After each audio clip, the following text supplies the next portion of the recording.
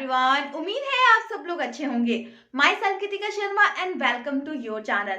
Students, हमने start किया है 12th क्लास का 15 चैप्टर जो कि आता है आपका बायोमोलिक्यूल्स। उसमें हमने स्टडी किया कि बायोमोलिक्यूल्स हमारी डे टू डे लाइफ में कहाँ पे इंपॉर्टेंट रोल प्ले करते हैं और बायोमोलिक्यूल होता क्या है वो भी डिस्कस किया।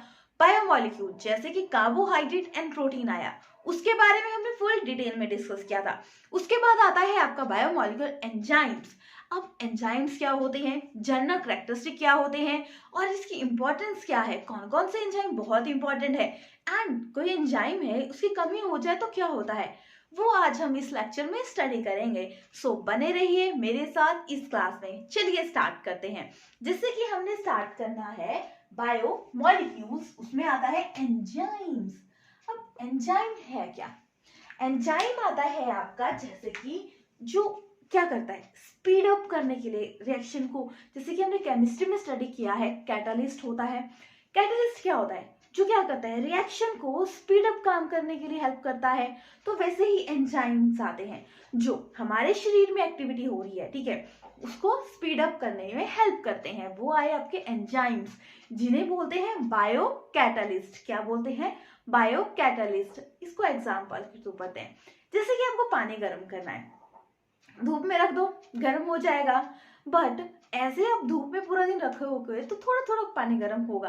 तो क्या दोगे आप? इलेक्ट्रिसिटी देते हो, जिससे 5 मिनट में पानी गर्म हो जाता है। तो आप ये भी सोच सकते हो कि इलेक्ट्रिसिटी क्या करती है, जो स्पीड अप फास्ट करने में हेल्प करती है।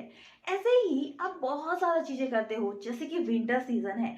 विंटर सीजन में आपको दही जमाना है, तो क्या करते हो आप? विंटर में क्या होगा, वो जो बैक्टीरिया है फास्ट मूव नहीं करते, तो आप उसको दूध को गर्म करके आप दही डालते हो उसमें, ताकि वो जल्दी फास्ट रिएक्शन हो जाए। या आप क्या करोगे, हीट वाली जगह पे रखोगे ताकि वो जल्दी स्पीड अप हो। तो वही हो गया, वही कैटलिस्ट हो गए, मतलब आप बोल सकते हो जो स्पीड अप, हर काम को स्पीड अप करने में हेल्प करता है। तो वो आते हैं आपके कैटालिस्ट केमिस्ट्री के टर्म में, जो हमारे शरीर के अंदर एक्टिविटीज हो रही हैं। अब देखो, हम खाना खाते हैं, कार्बोहाइड्रेट्स लेते हैं, वो हमारे में डाइजेशन होती है, सारा प्रोसेस होता है, इतने प्रोसेस होते हैं हमारे अंदर। बट जो ये सारे प्रोसेस होते हैं ना, ये किसकी मदद से होते हैं? इसमें भी प्रोसेस, कोई भी चीज होती है अपने आप ही नहीं हो जाती, कोई उसको पुश करता है। तो एंजाइम्स जो होते हैं हमारे शरीर के अंदर, वो क्या हेल्प करते हैं रिएक्शन रेट को फास्ट करने के लिए। अब देखिए डेफिनेशन क्या आती है इसकी। इसकी आई biological and biocatalyst which catalyze the reaction of a living beings। जो हम हैं उनमें जो रिएक्शन होते हैं हमारे अंदर, उनको फास्ट अप करने के लिए किसका यूज किया जाता है? एंजाइम्स, जिन्हें हम बोलते हैं बायोकैटालिस्ट। अब देखिए एग्जांपल के थ्रू, जैसे कि ये माल्टोज है। क्या है? माल्टोज, ठीक है। माल्टोज को वाटर के साथ रिएक्ट करवाया, रिएक्शन हो रही है, तो इसमें एंजाइम हेल्प करेगा जिसको बोलते हैं बायोकैटालिस्ट, जो क्या करेगा, इसको कन्वर्ट करेगा दूसरी फॉर्म में। जैसे कि आपका माल्टोज है, ये कन्वर्ट हो गया 2 मॉलिक्यूल ऑफ ए ग्लूकोज। किसकी हेल्प से? ये हेल्प हुआ माल्टेज से, ठीक है। ये क्या आया आपका? बायो कैटालिस्ट, और इसे बोल सकते हैं हम एंजाइम। क्या बोलते हैं? एंजाइम, जो लिविंग बीइंग के अंदर क्या करता है, फास्ट रिएक्शन करने की कोशिश करता है या करता है, उसको बोल सकते हैं आप बायो कैटालिस्ट। क्लियर हो गया कंसेप्ट? माल्टोज को कन्वर्ट होता है ग्लूकोज में, किसकी मदद से? माल्टेज की मदद से। अब एक चीज है, जैसे कि कोई रिएक्शन हो रहा है ना, उसमें रिएक्शन ऑक्सीडेशन, ठीक है, साथ में आपकी रिडक्शन साथ में हो रही है। तो एंजाइम्स का जो नेम होता है वो कैसे होता है, इस एग्जांपल के थ्रू पढ़ेंगे। जैसे कि ऑक्सीडेशन एंड रिडक्शन साथ में हो रही है, तो क्या रिएक्शन होगा, कौन सा एंजाइम हेल्प करेगा? तो इसमें हेल्प करेगा ऑक्सी रिडक्टेज। कौन सा? Oxy reductase. अब देखिए इसमें क्या था, maltose, maltase, oxidation and reduction, क्या आ गया? Oxy reductase. मतलब एज ग्रुप लगेगा आपका जो रिएक्शन हो रहा है, ठीक है। अब ऐसे नए नए नाम होंगे तो लर्न करना मुश्किल होगा, इसलिए साइंटिस्ट ने इजी टर्म निकाली। जैसे कि जो भी कोई रिएक्शन होगा, ठीक है, जैसे कि माल्टेज, माल्टोज है फर्स्ट, तो एंजाइम माल्टेज हेल्प करेगा इस रिएक्शन को प्रोसीड करने के लिए। तो क्या लगा दिया, एज, जो आपका कंपाउंड है उसके साथ आप एज जोड़ देते हो और क्या बनता है वो, उसका कैटालिस्ट, या बोल सकते हो आप एंजाइम्स। जो एंजाइम्स होते हैं ये क्या होते हैं, एंजाइम्स आती है आपकी ग्लोबुलर प्रोटीन। क्या आता है, ग्लोबुलर प्रोटीन। याद रखना किस टाइप की प्रोटीन्स आती है एंजाइम्स, ग्लोबुलर प्रोटीन। प्रोटीन में हमने अच्छे से डिस्कस किया था कि प्रोटीन क्या होती है, जो हमें एनर्जी प्रोवाइड करवाती है। तो एंजाइम्स भी क्या होती है, ये भी प्रोटीन है। बट याद रखना ऑल, देखो एक बहुत इंपॉर्टेंट टर्म आती है ऑल, क्या आती है, ऑल एंजाइम्स जो होते हैं, एंजाइम्स आर प्रोटीन। ठीक है, प्रोटीन होते हैं, कुछ स्मॉल प्रोटीन होती है, कुछ लार्ज प्रोटीन होती है, but all protein not enzyme. ठीक है, बहुत बहुत इंपॉर्टेंट है, 1 मार्क्स से क्वेश्चन पूछा जाता है कि क्या सभी एंजाइम्स प्रोटीन्स होती हैं, क्या सभी प्रोटीन्स एंजाइम होती हैं। तो याद रखना प्रोटीन जो होती है वो क्या होती है, ऑल जो एंजाइम्स होंगी वो प्रोटीन होंगी, बट सारी प्रोटीन्स एंजाइम नहीं होंगी। प्रोटीन्स तो बहुत ज्यादा है हमारे अंदर, ठीक है, बहुत ज्यादा हेल्प करती है हमारे काम के लिए, बट हर कोई प्रोटीन क्या करेगी, एंजाइम का काम नहीं करेगी। हर कोई रिएक्शन होगा वो ऐसे नहीं होगा। क्लियर हो गया, एंजाइम का कंसेप्ट समझ आ गया। फिर अब इसका केमिकल नेचर कैसा होता है, किसके बारे में पढ़ रहे हैं, एंजाइम का। देखिए वैसे जो प्रोटीन्स होती हैं, प्रोटीन है आपके एंजाइम, ये क्या होती हैं, कुछ तो क्या होंगी, सिंपल होंगी, जैसे कि आ गया आपका अल्फा अमीनो एसिड। हमने पढ़ा था ना प्रोटीन में कि अगर आप ब्रेक करो किसी भी चीज को, ठीक है, किसी प्रोटीन को ब्रेक करो, स्मॉलेस्ट यूनिट आता है अल्फा अमीनो एसिड। ठीक है, तो क्या आ जाएगी, सिंपल प्रोटीन आ गई, अल्फा अमीनो प्रोटीन ये आ गई। बट एक होती है जैसे थोड़ी कॉम्प्लेक्स आ गई, तो एक पोर्शन तो उसका आ गया प्रोटीन, ठीक है, दूसरा पोर्शन आ गया उसका नॉन प्रोटीन, मतलब प्रोटीन पार्ट नहीं होगा। तो ये होता है आपका प्रोस्थेटिक ग्रुप, पढ़ा था ना उसमें भी प्रोटीन में, ठीक है, प्रोस्थेटिक ग्रुप, जिसमें क्या होता है, एक पार्ट क्या होता है आपका प्रोटीन, दूसरा पार्ट करता है आपका नॉन प्रोटीन। ये आगे प्रोस्थेटिक ग्रुप जो हेल्प करता है एंड रिएक्शन में, ठीक है, कोई भी और रिएक्शंस हो रही है अंदर तो वो किसकी वजह से हो रही है, प्रोस्थेटिक ग्रुप की वजह से। और जो कॉम्प्लेक्स स्ट्रक्चर होता है, ठीक है, पूरा स्ट्रक्चर आ गया, वो आती है आपकी हॉलो एंजाइम, ठीक है, जिसको बोलते हैं कंजुगेटिव प्रोटीन, ठीक है, पूरा है। फिर अब ये क्या है, रिवर्सिबल प्रोसेस है, ठीक, फिर क्या आ जाएगी, एक आ गया आपका एपो एंजाइम, दूसरा आ गया आपका कोएंजाइम, जिसे बोलते हैं हम प्रोस्थेटिक ग्रुप, जो क्या करता है, हेल्प करता है रिएक्शन रेट को फास्ट करने के लिए, और क्या करता है, काम करता है। जैसे कंजुगेटेड प्रोटीन है ये कॉम्प्लेक्स है, ठीक है, हॉलो एंजाइम, पर जब रिएक्शन हो रही है ये ब्रेक डाउन हो गया, जैसे कि एपो एंजाइम में जो क्या है आपकी प्रोटीन है एक, और कोएंजाइम जो प्रोस्थेटिक ग्रुप है जो हेल्प करता है रिएक्शन को करने के लिए, ठीक है।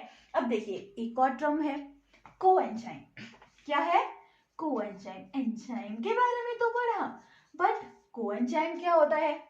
अब देखो साइंटिस्ट है, रिसर्च करते हैं, एक ही साइंटिस्ट थोड़ी ना सारी रिसर्च करता है, तो क्या करते हैं और जो साइंटिस्ट हैं वो भी साथ में हेल्प करते हैं ना। तो फिर क्या होता है, जो उसके साथ जो साइंटिस्ट हेल्प कर रहे हैं वो क्या आते हैं, उसके कोवर्कर। अब देखिए कोई कंपनी चल रही है, ठीक है, कंपनी का एक हेड होता है, हेड की वजह से थोड़ी ना कंपनी चल रही है, उसमें जो वर्कर काम कर रहे हैं उसकी वजह से चल रही है, क्योंकि वर्कर काम करेंगे तभी तो वो काम होगा। तो वैसे ही आपके कोएंजाइम आए, ये एंजाइम के वर्कर हैं जो क्या हेल्प करते हैं आपकी रिएक्शन रेट को फास्ट करने के लिए, ये हेल्प करते हैं एंजाइम की। तो कोएंजाइम क्या हुई, जो एंजाइम की हेल्प करते हैं, जैसे कि कोई कंपनी आ गई उसमें को वर्कर होते हैं, वैसे ही आपके कोएंजाइम आ गए।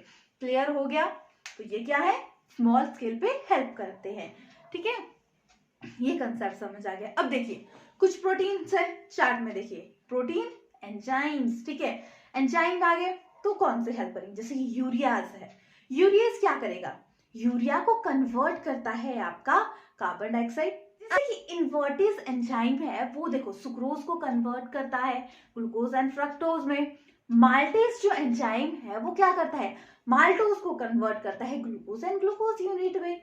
फिर कौन सा आता है, लैक्टोज। लैक्टोज क्या करता है, glucose fructose, glucose and galactose. ठीक है, फिर आता है एमाइलेज। ये क्या करता है, स्टार्च को कन्वर्ट करता है अल्फा ग्लूकोज में। क्लियर हो गया। जैसे कि पैप्सिन है, ये क्या करता है, प्रोटीन को कन्वर्ट करता है स्मॉल अल्फा अमाइनो एसिड में। और पैप्सिन ये भी क्या करता है, अल्फा अमाइनो एसिड में कन्वर्ट करता है। अब देखिए, ये तो थे कुछ एंजाइम्स जो हेल्प करते हैं रिएक्शन रेट को फास्ट करने के लिए। अब हम स्टडी करने वाले हैं इसका, क्या करेंगे, इसकी कैरेक्टरिस्टिक। किसकी पढ़ रहे हैं, एंजाइम्स की कैरेक्टरिस्टिक करेंगे हम। बहुत बहुत इंपॉर्टेंट है, डायरेक्टली क्वेश्चन पूछा जा सकता है एंजाइम के कैरेक्टरिस्टिक क्या है, तो आप इजिली बता सकते हो। क्या आगे किसके कैरेक्टरिस्टिक कर रहे हैं, कैरेक्टरिस्टिक्स ऑफ एंजाइम्स। ठीक है, अब देखिए आपने जो स्टडी किया कि एंजाइम्स का क्या होता है, स्पेसिफिक रोल होता है जो क्या करता है, स्पीड अप रिएक्शन करने के लिए करता है। अब देखिए इसका केमिकल नेचर क्या होता है, किसके बारे में पढ़ रहे हैं, एंजाइम्स। क्या पढ़ रहे हैं, इसका केमिकल नेचर।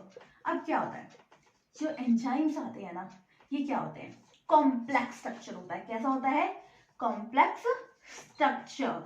ठीक है, कॉम्प्लेक्स स्ट्रक्चर होता है तो क्या होता है, हाई मॉलिक्यूलर वेट। क्या होता है, हाई मॉलिक्यूलर वेट। एमडब्ल्यू से मैं रिप्रेजेंट कर रही हूँ, क्या होता है, हाई मॉलिक्यूलर वेट। फिर अब देखिए एक और आता है, क्या आता है, स्पेसिफिसिटी। क्या आता है, स्पेसिफिसिटी। इसका मतलब हर कोई एंजाइम है ना, हर किसी में टांग नहीं अड़ाएगा। मतलब एक एंजाइम है वो ऐसा नहीं किसी के साथ भी काम करने लग जाएगा, इसका स्पेसिफिक नेचर होता है। जैसे कि एक एंजाइम है वो इसी ही पर्टिकुलर रिएक्शन में हेल्प करेगा। जैसे कि माल्टेज एंजाइम है, वो माल्टोज को किसमें कन्वर्ट करेगा, ग्लूकोज, दो ग्लूकोज यूनिट में। वैसे ही अदर एंजाइम है, and particular enzyme, one enzyme, ठीक है, वन एंजाइम क्या करेगा, स्पीड अप रिएक्शन। किसका करेगा, वन रिएक्शन। ठीक है, तब ओनली क्या करेगा, ओनली वन रिएक्शन। ठीक है, स्पेसिफिक नेचर है हर एंजाइम का। ऐसा नहीं कि देखो हर कोई है, कुछ भी चीज है हमारे घर में, ठीक है, देख लो, शुगर ले लो, सॉल्ट ले लो, शुगर अपना रोल करेगी, सॉल्ट अपना रोल करेगी। ऐसा नहीं है कि सॉल्ट शुगर का भी रोल कर लेगी। वैसे ही एंजाइम्स है, स्पेसिफिक नेचर है। एक एंजाइम वैसे ही काम करेगा, दूसरा एंजाइम अलग तरीके से काम करेगा। क्लियर हो गया। फिर एंजाइम्स आते हैं ना, इनका कोई स्पेसिफिक टेम्परेचर होता है एंड पीएच रेंज होती है कि इसी रेंज में क्या करेंगे, ये काम करेंगे। इसके अप डाउन गए तो ये काम नहीं करेंगे। जैसे कि आपका आ गया, आपका रेंज, जैसे कि टेम्परेचर है आपका आ गया 25 degree Celsius to 40 degree Celsius. कोई भी रिएक्शन होगा वो इसी रेट में होगा, ऐसा नहीं होगा ये किसी भी रेट में हो जाए। किसी अगर टेम्परेचर डाउन होगा या अप होगा तो जो एंजाइम्स होंगे वो प्रॉपरली वर्क नहीं करेंगे, नॉट वर्क प्रॉपरली। क्लियर हो गया। मतलब हर किसी की रेंज होती है, होता है ना कि ह्यूमन बीइंग भी है, क्या होता है, किसी एक पर्टिकुलर टेम्परेचर में जी सकते हैं। अगर ठंड में भी बिना स्वेटर के रहें मर जाएंगे, अगर बहुत हाई टेम्परेचर में चल जाए तब भी प्रॉब्लम है। वैसे ही एंजाइम्स है, पर्टिकुलर रेंज है, यहाँ से यहाँ तक ये प्रॉपर वर्क करेंगे। अगर रेंज अप एंड डाउन गई तो हो सकता है रिएक्ट काम, इसका जो प्रोसेस है वो स्टॉप हो जाए, तो ये कर सकते हैं। फिर पीएच रेंज, पीएच क्या होता है, power of A hydronium ion. ये एसिडिटी एंड बेसिडिटी का बताते हैं। 7 से नीचे एसिड, 7 से ऊपर बेस। तो पीएच रेंज क्या होगी एंजाइम के वर्क करने की, ये होती है 6 to 7.7। ठीक है, इससे अप जाएंगे, ठीक है, या डाउन जाएंगे तो क्या होगा, रिएक्शन स्टॉप हो जाएगा या स्मॉल स्केल पे होगा, स्मॉल स्केल पे वर्क होगा। तो क्लियर आ गया कि pH range and temperature range क्या होती है आपकी एंजाइम के वर्क करने की। फिर नेक्स्ट पॉइंट आता है इसकी, आपका आता है, क्या आता है, एफिशिएंसी। क्या आ गया, एफिशिएंसी। अब एफिशिएंसी क्या होती है, एफिशिएंसी होती है, देखो किसी भी बोलते हैं ना ये काम ये कर सकता है, ये नहीं कर सकता, मतलब उसकी कैपेबिलिटी क्या है। तो वैसे ही वर्ड आता है एफिशिएंसी, मतलब एंजाइम की जो एफिशिएंसी होती है वो कैसी होती है, किस टाइम पे कैसे वर्क करता है, ठीक है। तो वो आती है एफिशिएंसी, मतलब कैसे वर्क करता है। इसको काउंट करते हैं टर्नओवर नंबर पे। क्या करते हैं? Turn over number. क्या करते हैं? Turn over number. देखो काउंट करना है कि कितने टाइम में ये कितना काम कर सकता है, तो क्या यूज करते हैं? Turn over number. जैसे कि रिएक्शन हो रहा है तो टर्न ओवर नंबर है, जैसे कि मॉलिक्यूल्स हैं, बहुत ज्यादा सब्सटेंस है, ठीक है, उसके मॉलिक्यूल्स हैं, कितने नंबर ऑफ मॉलिक्यूल्स होंगे जो एंजाइम की तरह वर्क करेंगे, जो स्पीड अप रिएक्शन करने के लिए करेंगे। हर कोई, जो हमारे अंदर इतने ज्यादा रिएक्शन हो रहे हैं, इतने ज्यादा चीजें हैं, हर कोई एंजाइम का रोल प्ले करते हैं? नहीं ना, कुछ ही जो मॉलिक्यूल होंगे वो एंजाइम्स होंगे, जैसे कि माल्टेज, इन्वर्टेज, लैक्टेज, ठीक है, ये होंगे। तो ये क्या होंगे? और भी है, मैं तो जस्ट जो मेरे को याद आए मैंने वही रिपीट किए, ठीक है। वैसे तो बहुत ज्यादा एंजाइम्स हैं। तो ये एंजाइम्स होते हैं, वो क्या करते हैं? रिएक्शन रेट को कम करने में हेल्प करते हैं। तो क्या है? Turn over number. It's mean कितने नंबर ऑफ ए मॉलिक्यूल जो हेल्प करते हैं रिएक्शन के लिए, वो होती है इसकी एफिशिएंसी। कैसे मेजर करते हैं? 1 मिनट में। कौन से करते हैं? जैसे कि इसकी एफिशिएंसी आगे 10⁻20 एंजाइम की वर्क करने की एफिशिएंसी आती है कि सब्सटेंस है पूरा, उसमें से कितने नंबर ऑफ मॉलिक्यूल है एंजाइम की तरह एक्ट करते हैं और वो हेल्प करते हैं। टर्न ओवर नंबर 1 मिनट में, तो क्या आ जाएगी? 10⁻20। तो ये आगे टर्न ओवर नंबर। जैसे एग्जाम्पल है carbonic acid CO3, carbonic anhydrase, ठीक है, एनहाइड्रेज हेल्प करेगा इसको ब्रेकअप करने के लिए। किसमें ब्रेक हो जाएगा? ये ब्रेक हो जाएगा H2O प्लस CO2। क्लियर हो गया? इसमें कार्बोनिक एसिड कन्वर्ट हो गया H2O एंड CO2 में। तो ये क्या है? उसकी एफिशिएंसी, कितने फास्ट ये रिएक्शन हो रहा है, रिवर्सिबल हो रहा है, तो वो बताती है उसकी एफिशिएंसी। ये आती है आपकी टर्न ओवर नंबर। क्लियर हो गया? अब एक और कंसेप्ट आता है, जैसे कि आ गया आपका एंजाइम इनहिबिटर। अब ये क्या है? इनहिबिट क्या मतलब? कि वो अपोजिट है।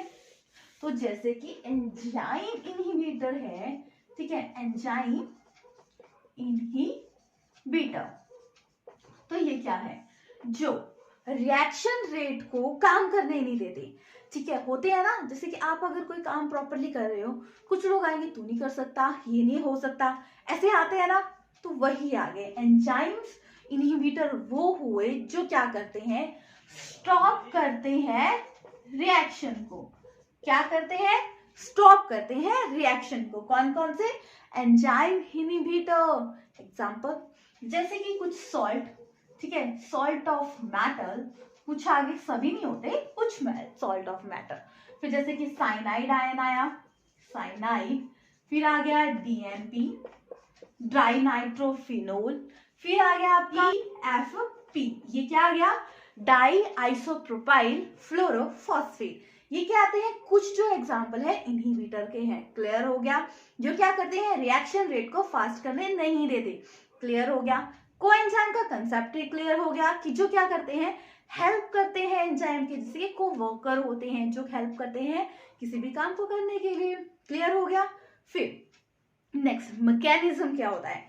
जैसे कि लॉक एंड की होती है, जैसे कि ये है आपका लॉक है, जैसे कि माना, तो इसमें की आ गई। अब लॉक में की लगाओगे तो क्या होगा? ताला खुलेगा।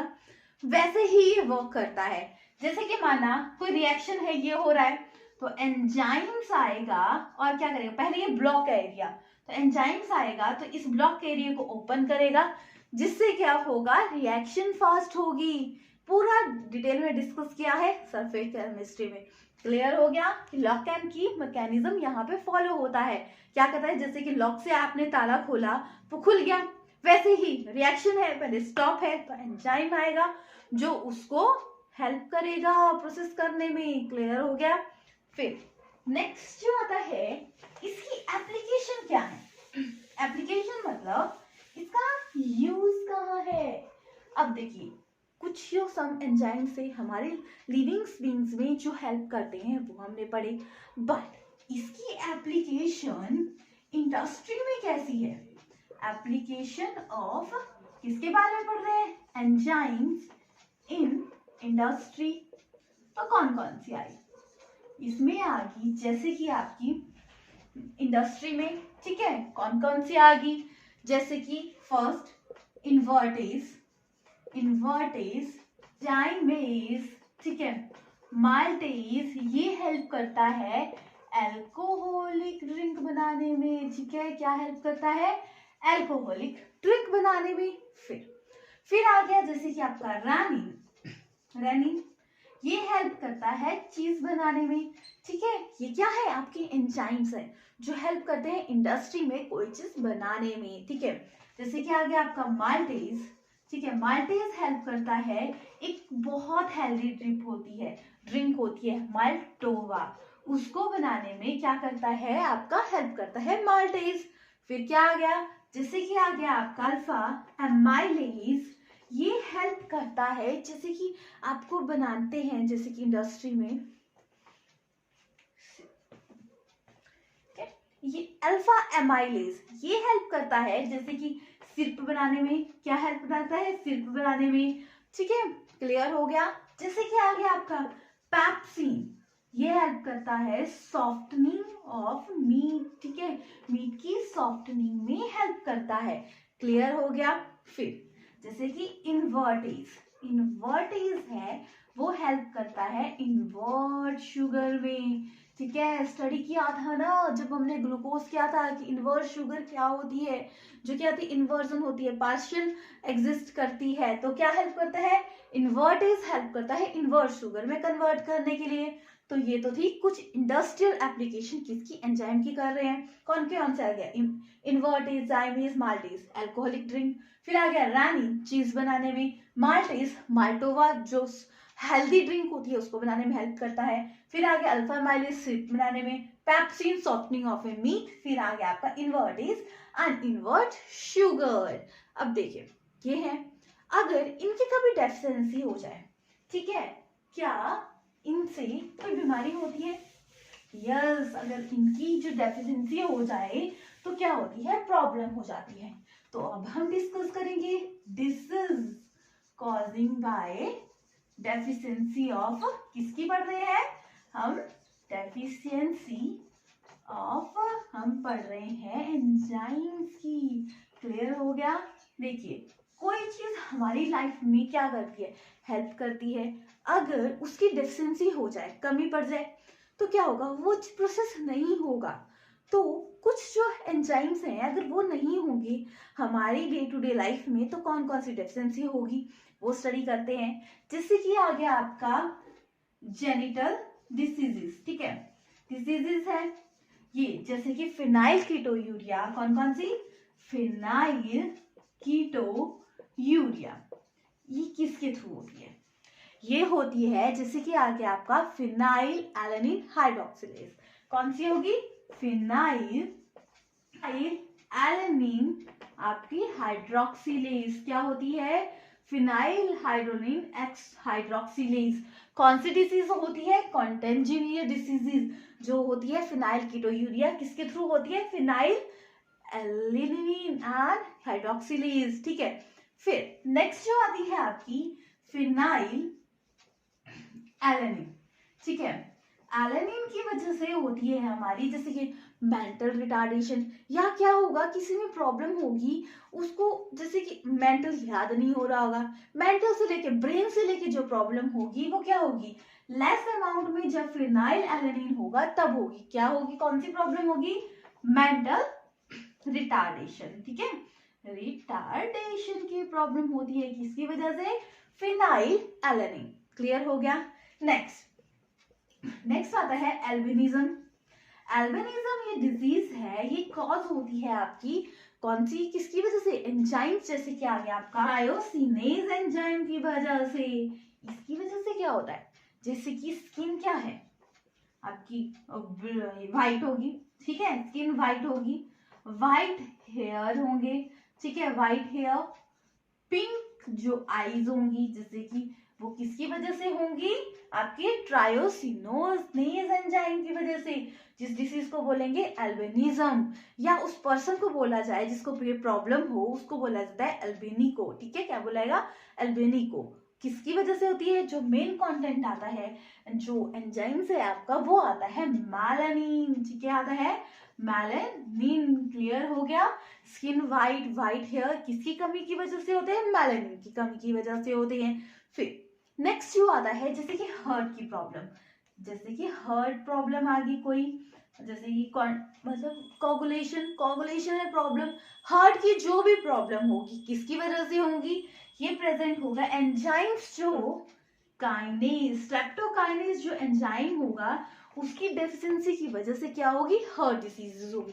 एक बार रिवाइज कर लेंगे, जैसे कि फिनाइल कीटोयूरिया प्रॉब्लम होगी फिनाइल एलेनिन आपका हाइड्रोक्सिलेज की वजह से। आपका फिनाइल एलेनिन प्रॉब्लम जैसे डिसीज है, डेफिशिएंसी एंजाइम है, उसकी वजह से होगी मेंटल रिटार्डेशन। फिर आ गया एल्बिनिज्म, ये प्रॉब्लम होगी आपकी मेलानिन की वजह से, जो एंजाइम ट्रायोनीज में प्रेजेंट होता है। फिर आपको हार्ट की प्रॉब्लम जो भी होगी वो स्ट्रेप्टोकाइनेज में जो भी प्रॉब्लम होगी उसकी वजह से होगी। क्लियर हो गया। तो ये तो कंसेप्ट था एंजाइम्स के बारे में। इसमें हमने स्टडी किया कि एंजाइम्स क्या हैं, कोएंजाइम्स क्या होते हैं, कौन कौन से एंजाइम हमारी लाइफ में यूज होते हैं, और फिर हमने जनरल कैरेक्टरिस्टिक किए। फिर हमने पढ़ा कि एंजाइम इनहिबिटर क्या होते हैं, एप्लीकेशन पढ़ी। फिर हमने इसकी डेफिनेशन के बारे में पढ़ा। ये हमने सब कुछ डिटेल में डिस्कस किया। अगर इससे रिलेटेड आपको डाउट है तो कमेंट बॉक्स में मैसेज करके मुझे बता सकते हो, मैं आपके डाउट्स क्लियर करूंगी। और नेक्स्ट क्लास में हमने न्यूक्लिक एसिड का कंसेप्ट करने वाले हैं, जो बहुत बहुत इंपॉर्टेंट है बायोलॉजी पॉइंट ऑफ व्यू से भी and chemistry point of view से भी। सो बने रहिए मेरे साथ नेक्स्ट क्लास में। तब तक please like, share and subscribe my channel. Thank you everyone.